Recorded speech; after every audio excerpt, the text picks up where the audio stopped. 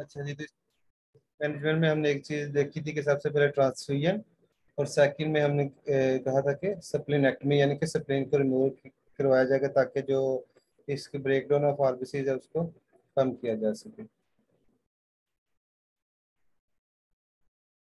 अच्छा जी, nursing management में वही कि मतलब पेशेंट को एजुकेट किया जाएगा, न्यूट्रिशन को मूव किया जाएगा, और पेशेंट जो है वो सप्लीनेक्टमी होती है तो उसमें न्यूमोकोकल इन्फेक्शन के चांसेस ज़्यादा होते हैं, तो उसके अगेंस्ट उसको वैक्सीन किया जाएगा। ठीक है, तो ये था हमारे पास glucose six phosphate dehydrogenase deficiency.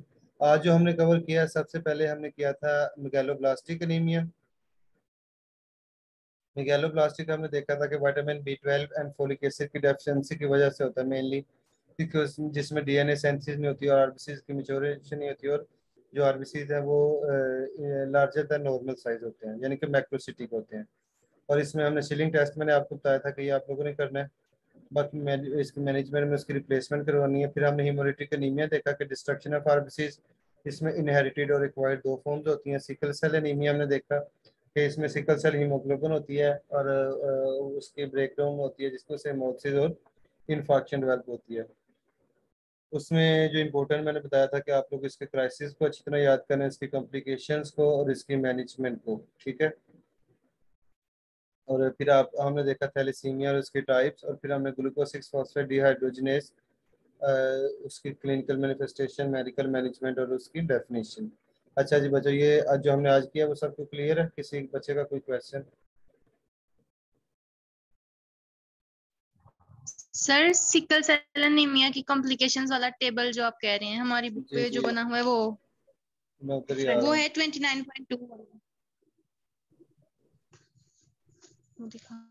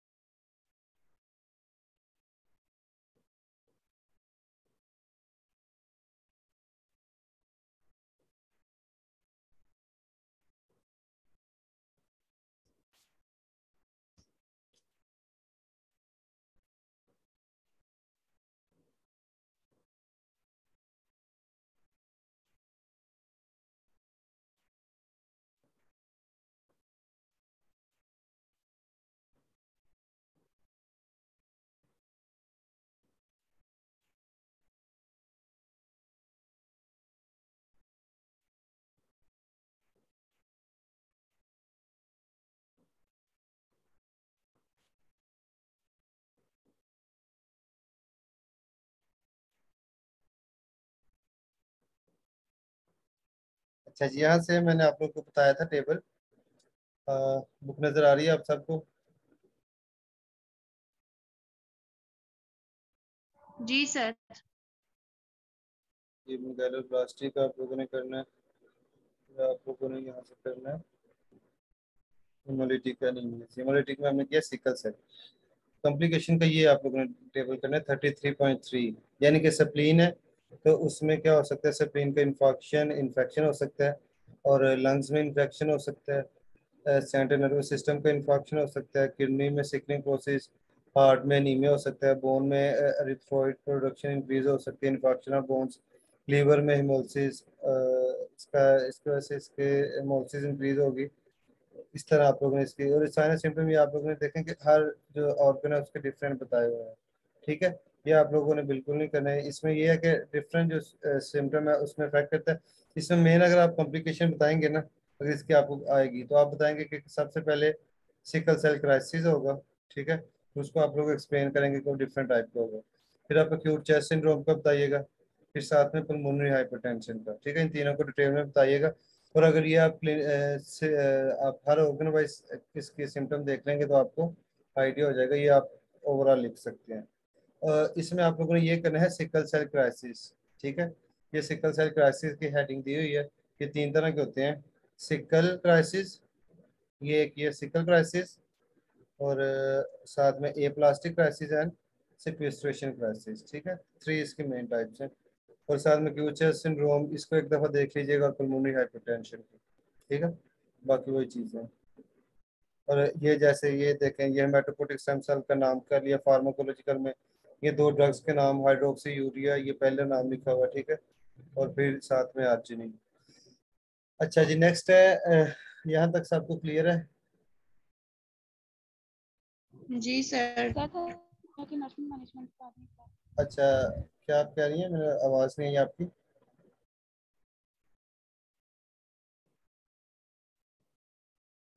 अच्छा, पेपर किसी बच्चे के पास है? Nursing management.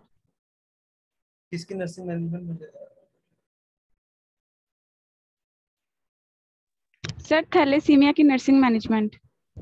बस आप लोगों ने थैलेसीमिया को जनरल करना है, ठीक है। नर्सिंग मैनेजमेंट आएगी तो उसमें आप जो एनीमिया की मैनेजमेंट है वो लिख सकते हैं, ठीक है। नर्सिंग मैनेजमेंट आपको हर डिसऑर्डर्स की अलग से करने की जरूरत नहीं है। एनीमिया के बाद जो आपने जनरल मैनेजमेंट की थी वो करें, और अगर किसी एनीमिया में कुछ स्पेसिफिक चीज़ मेंशन है तो वो आप लोग बस याद रखें। बाकी वही आपकी आएगी कि आप लोगों ने फटीग, पेन, न्यूट्रिशन और एजुकेशन पेशेंट करनी है, कॉम्प्लिकेशन को प्रिवेंट करना है, ठीक है। इस तरह उसको आप लोगों को करने की जरूरत नहीं है। हर चीज़ आप लोग अगर इस तरह करेंगे तो वो आप कंफ्यूज हो सकते हैं। और इस तरह 600-700 डिसऑर्डर, मतलब 600-700 नहीं, मतलब आप 100 से अबाउट डिसऑर्डर आप करेंगे तो आप सबकी लिहाजा से नर्सिंग मैनेजमेंट नहीं याद रख सकते ना, क्योंकि नर्सिंग मैनेजमेंट सबकी मिक्स होती है, सेम ही होती है ऑलमोस्ट। एक आधी चीज़ें जो स्पेसिफिक होती हैं वो आप लोगों ने याद करनी होती है। बाकी आप सिस्टम की ओवरऑल नर्सिंग मैनेजमेंट देख लिया करें, जैसे मैंने आपको नीमिया की ओवरऑल बताई थी वो आप करके बाकी सब में लिख सकते हैं। अच्छा, क्या पास्ट पेपर किसी के है पास अभी, जो आज आया था पास्ट पेपर? जी सर है। ठीक है। उसमें हमने देखा था कि जो है ना डिफरेंट क्वेश्चन आए थे, वो मैं देख रहा था कौन कौन से क्वेश्चन थे।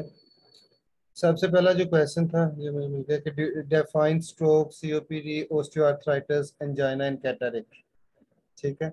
अब आप लोगों ने ना पास्ट पेपर्स आप लोगों ने याद नहीं करने होते, मतलब याद भी ठीक है आप कर लें, इसमें कुछ क्वेश्चन रिपीट होते हैं, लेकिन पास्ट पेपर एक्चुअली करने का पर्पज ये होता है कि आपको इस चीज़ का आइडिया होना चाहिए कि पेपर आपका आता किस टाइप का है। मेन जो इसका एम आप लोगों को ये होना चाहिए। सिर्फ पास पेपर करने का ये एम नहीं होना चाहिए कि उसको याद करना है क्वेश्चन में। कुछ बच्चे ऐसे करते हैं कि सोल्ड पास पेपर जो है वो याद कर लेते हैं। वो ये थोड़ा होता है कि आपके सारे क्वेश्चन मतलब वही रिपीट हो, उसमें से एक आधा रिपीट भी हो जाते हैं, 2-3 भी हो जाते हैं। लेकिन मेन पास पेपर करने का आपका पर्पज ये होना चाहिए कि आप अंडरस्टैंड करें कि पेपर आपको किस तरह का आता है। तो इस तरह का, जैसे मैंने आपको पहले दिन बताया था कि डेफिनेशन आप लोगों को सबसे पहली चीज होती है, डेफिनेशन आप लोग अच्छी तरह किया करें। अक्सर आपको 5 नंबर की इस तरह डेफिनेशन जो है वो आ जाती है। इसके बाद फिर सेकंड क्वेश्चन भी देखें, define cardiomyopathy in classification with sign and symptom, ठीक है। तो क्लासिफिकेशन भी मैं आपको बार बार बताता हूँ कि क्लासिफिकेशन टाइप्स जिसकी भी पूछी गई हैं वो आप लोगों ने मस्ट करनी है। क्लासिफिकेशन आप लोग बिल्कुल भी स्किप ना करें। इस तरह writer note on sprain, sprain के बारे में जिस तरह नोट आएगा तो आप उसमें ओवरऑल बता सकते हैं। ये हम उसमें करेंगे ऑर्थोपेडिक में, उसकी डेफिनेशन, उसके पार्ट्स, टाइप्स वगैरह, ठीक है। तो उसके बारे में आप ओवरऑल सारा कुछ बता सकते हैं जब नोट पूछा जाएगा। इसके बाद नेक्स्ट क्वेश्चन है 5 nursing diagnose of patient with Cushing syndrome.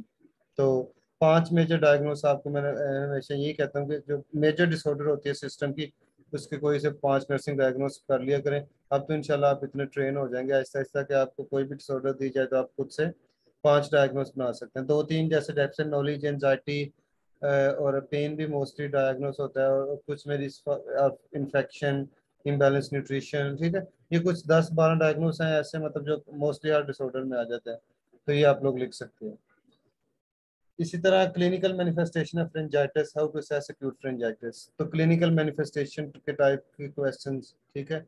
और क्लिनिकल मैनिफेस्टेशन इसी तरह, इसलिए मैं आप लोगों को कहता हूँ कि हर डिसऑर्डर की किया करें। फिर रूल्स ऑफ 9, ये बर्न में आप हम लोग करेंगे कि ये रूल ऑफ 9 जो है ये एक टेबल है, टेबल्स में से आते हैं क्वेश्चन। और different types of eye infection, तो टाइप्स, ठीक है। तो आप सारा पेपर देखें, पहले भी पेपर्स आप देखें तो आपको आइडिया होगा कि क्वेश्चन आपके सारे इसी तरह के आते हैं, टाइप्स, उसके फैक्टर्स, उसके क्लिनिकल मैनिफेस्टेशन, टेबल्स, डेफिनेशंस, ठीक है। तो इस तरह की चीज़ें इसको अकॉर्डिंग अपने जहन में रख के इसके अकॉर्डिंग पढ़ा करें। मैं आप लोगों को कल भी कह रहा था जी, nursing management and medical management. Nursing management, medical management बिल्कुल आ सकती है। नर्सिंग मैनेजमेंट इंपॉर्टेंट क्वेश्चन है, ये आपको पूछा जा सकता है, ठीक है। कुछ डिसऑर्डर्स की नर्सिंग मैनेजमेंट, जैसे रीनल फेलियर की नर्सिंग मैनेजमेंट बहुत ही इंपॉर्टेंट क्वेश्चन है, वो अक्सर आ जाता है क्वेश्चन, ठीक है। तो नर्सिंग मैनेजमेंट आप लोग ये चीज़ें ऐसी होती हैं कि आप लोग खुद से मतलब कुछ चीज़ें लिख सकते हो। लेकिन जिन बुक में जो चीज़ें दी हुई हैं वो आप लोग याद क्या करें। जैसे हमने एक्यूट रीनल फेलियर था तो उसके 6 पॉइंट दिए हुए थे, तो वो 6 पॉइंट आप लोग अगर वो लिख के आएंगे तो आपको पूरे नंबर मिलेंगे। वैसे जिनकी नर्सिंग मैनेजमेंट स्पेसिफिकली दी होती है वो, जैसे हमने पेशेंट की नर्सिंग मैनेजमेंट की थी with condition of oral cavity, oral cavity के साथ वो हमने 7-8 पॉइंट देखे थे। ठीक है, तो जिनकी मेंशन होती है वो आप लोग उसी तरह बुक से वो हेडिंग्स याद किया करें, वही लिखा करें। और बाकियों की ओवरऑल ही लिखनी होती है, जो टेबल पैराग्राफ्स लिखे होते हैं उनकी ओवरऑल जो मैनेजमेंट होती है वो ही लिखनी होती है आप लोगों ने। ठीक है, तो यही मैं आपको बताना चाह रहा हूँ कि आप लोग जो सुपरफिशियल प्रोमिनेंट चीज़ें, बुलेट पॉइंट्स वाली चीज़ें, हेडिंग वाली चीज़ें, टेबल्स, टाइप्स, क्लिनिकल मैनिफेस्टेशन, इस तरह की चीज़ें स्किप ना किया करें, इन चीज़ों को अच्छी तरह याद किया करें। बाकी जो लंबे लंबे पैराग्राफ्स हैं उनको एक दफ़ा अगर टाइम हो आपके पास तो देख लिया करें, लेकिन जो इंपॉर्टेंट चीज़ें हैं उनको स्किप आप लोग ना किया करें। सेकंड पोर्शन फिर हमारे पास नर्सिंग एथिक्स का है। नर्सिंग एथिक्स भी इंशाल्लाह मैं आप लोगों को करवाऊंगा, इनकी कुछ नोट्स मैं आप लोगों को दे दूंगा, वो कुछ नोट्स होंगे वो आप लोग कर लीजिएगा, तो इंशाल्लाह आप लोगों का वो जो एथिक्स का पोर्शन है वो कवर हो जाएगा। इसका इतना कुछ ज़्यादा सिलेबस नहीं होगा आपका। ठीक है, तो उसमें से आपका वो 5-6 स्लाइड्स होंगे वो आप लोग कर लीजिएगा, तो इंशाल्लाह उसमें कवर हो जाएगा। तो इसके अकॉर्डिंग आप लोग अभी से जिस तरह मैं आप लोगों को बता रहा हूँ साथ साथ ये चीज़ें आप लोग पिक किया करें, और आप लोग समझें कि आप लोगों को पेपर आता है किस तरह से, और उस तरह आप लोग जो है वो साथ साथ तैयारी किया करें। ठीक है जी, किसी का क्वेश्चन हो तो आप पूछ लें, फिर इंशाल्लाह हम कल स्टार्ट करेंगे फर्दर। सर जी जी।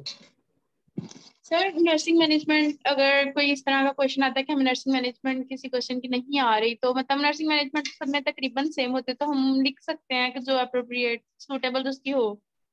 जी बिल्कुल लिख सकते हैं आपको ना, अगर अगर तो आप जैसे मैंने कुछ डिसऑर्डर्स आपको मैंने बताई है ना, उनकी नर्सिंग मैनेजमेंट उन्होंने बुक में स्पेशली पॉइंट्स बना के लिखी हुई थी। ठीक है, तो वो तो आप पॉइंट्स याद कर लें, वो आप लोग वही पॉइंट लिख के आया करें जिनकी बुलेट पॉइंट्स में यानी कि हेडिंग्स देख नर्सिंग मैनेजमेंट लिखी है, उनकी तो आप वही करें। और जिनकी जैसे अभी हमने निमियाज के डिफरेंट पैराग्राफ्स लिखे हुए हैं, तो इसके आप ओवरऑल लिख सकते हैं, मतलब जो मोस्ट उसकी न्यूट्रिशन और उसके इन्फेक्शन और बाकी चीज़ें, एजुकेशन कॉम्प्लिकेशन को प्रिवेंट करना, वो सारी चीज़ें आप लोग बिल्कुल लिख सकते हैं। और एक और चीज़ के पेपर में कभी भी आप लोगों ने कोई भी क्वेश्चन आप लोगों ने कभी भी छोड़ के नहीं आना, आप लोगों ने पूरा पेपर अटेम्प्ट करना है। और आप लोगों को आहिस्ता आहिस्ता मैं ये चीज़ें भी बताऊंगा कि आप लोगों ने पेपर नहीं भी क्वेश्चन आता तो उसको भी आप लोगों ने उस तरह अटेम्प्ट करना है कि 5 में से आप लोगों को 3 नंबर मस्ट मिल जाए। ठीक है, क्योंकि आप लोगों ने इतना स्टडी कर लिया होता है कि आप लोग तो कोई भी कहीं से क्वेश्चन आ जाए तो कुछ नो हाउ होती है आपको कि आप क्या लिख सकते हैं, तो उसमें आप लोग कुछ चीज़ें फिर उसके अकॉर्डिंग लिख सकते हैं। जैसे हमारा फर्स्ट ईयर में पेपर था F1 का ना, तो 2 क्वेश्चन ऐसे थे 5-5 नंबर के जो मुझे बिल्कुल भी नहीं आते थे, बिल्कुल भी, मतलब मुझे आइडिया नहीं था। लेकिन क्योंकि बुक पर ही हुई थी सारा साल, मतलब बुक से ही स्टडी की थी, आइडिया था कुछ, मतलब उसका हिंट वगैरह से लेके तो अपने से बना के उसको इस तरह लिखा, तो मेरे उसमें 94 थे F1 में। तो उसमें इस ये था कि क्योंकि क्वेश्चंस को आप लोगों ने अटेम्प्ट उस तरह करना होता है कि अगर आपको सम टाइम कोई क्वेश्चन नहीं भी आता, 1 से 2 क्वेश्चन यूएचएस में हमेशा ऐसा आ जाता है जो अनएक्सपेक्टेड होता है, तो उस अनएक्सपेक्टेड को आप लोगों ने उस तरह लिखना होता है कि आप लोगों को 5 में से एटलीस्ट मिनिमम 3 नंबर जो है वो मिल जाए। क्योंकि चीज़ों जब आप लोग बुक भरी होती है ना, तो क्वेश्चन जो नहीं भी आ रहा होता उसका भी कुछ ना कुछ आपको आइडिया होता है किसी ना किसी वे से ना, तो वो आप लोग उसकी मिलती जुलती चीज़ें लिख के उसका एक पेज बना के उसको अच्छा सा प्यारा सा लिख के हेडिंग्स वगैरह दे के, तो आप लोगों को उसके जो है वो नंबर मिल जाते हैं। तो क्वेश्चन आप लोगों ने कभी भी छोड़ के नहीं आना, एक क्वेश्चन आप लोगों ने छोड़ दिया तो समझे आपके 5 नंबर में से 0 है।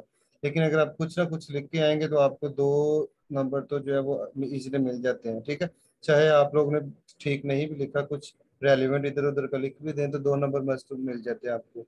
तो इसलिए आप लोगों ने ये चीज़ें भी अपने जहन में रखनी है, स्किप कुछ नहीं करना और लिख के आना है। और कुछ बच्चों ने, 1-2 बच्चों ने नर्सिंग डायग्नोस की जगह नर्सिंग इंटरवेंशन लिखी हुई थी, तो काइंडली आप क्वेश्चन पहले स्टडी किया करें, रीड किया करें, फिर उसके बाद लिखा करें। ठीक है, नर्सिंग डायग्नोस और नर्सिंग इंटरवेंशन दो डिफरेंट चीजें हैं।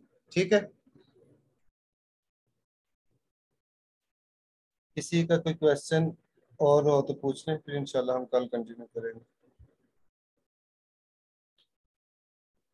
जी सबको क्लियर है। सर मैंने पूछना था, जो वैल्यूएशन होनी है वो फार्मा की और उसकी इकट्ठी उसका रिजल्ट आएगा।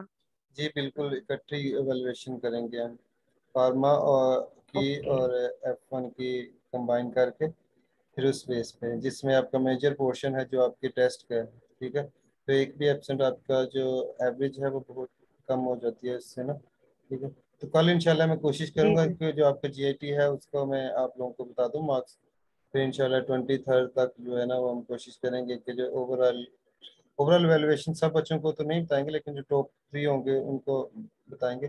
बाकियों को फिर बताएंगे कि उनकी लैकिंग कहाँ थी। कुछ बच्चों का जो मेन इशू था उनकी एब्सेंटिज्म और उनका रेगुलरली क्लासेस ना लेना, ठीक है ये। और कुछ बच्चों ने जो क्लासेस भी लेते थे लेकिन कुछ टेस्ट भी मिस किए हैं, ठीक है। तो सबसे मेन चीज़ आपकी कंसिस्टेंसी होती है, उसको आप काइंडली मेंटेन, जब आप कंसिस्टेंट रहेंगे तो ही चीज़ें जो है वो आपके फेवर में आती हैं, ठीक है जी। इंशाल्लाह फिर करेंगे। किसी का कोई भी क्वेश्चन हो तो आप लोग किसी भी टाइम पूछ सकते हैं। तो अभी कल इंशाल्लाह कंटिन्यू करेंगे। और अल्लाह हाफिज़।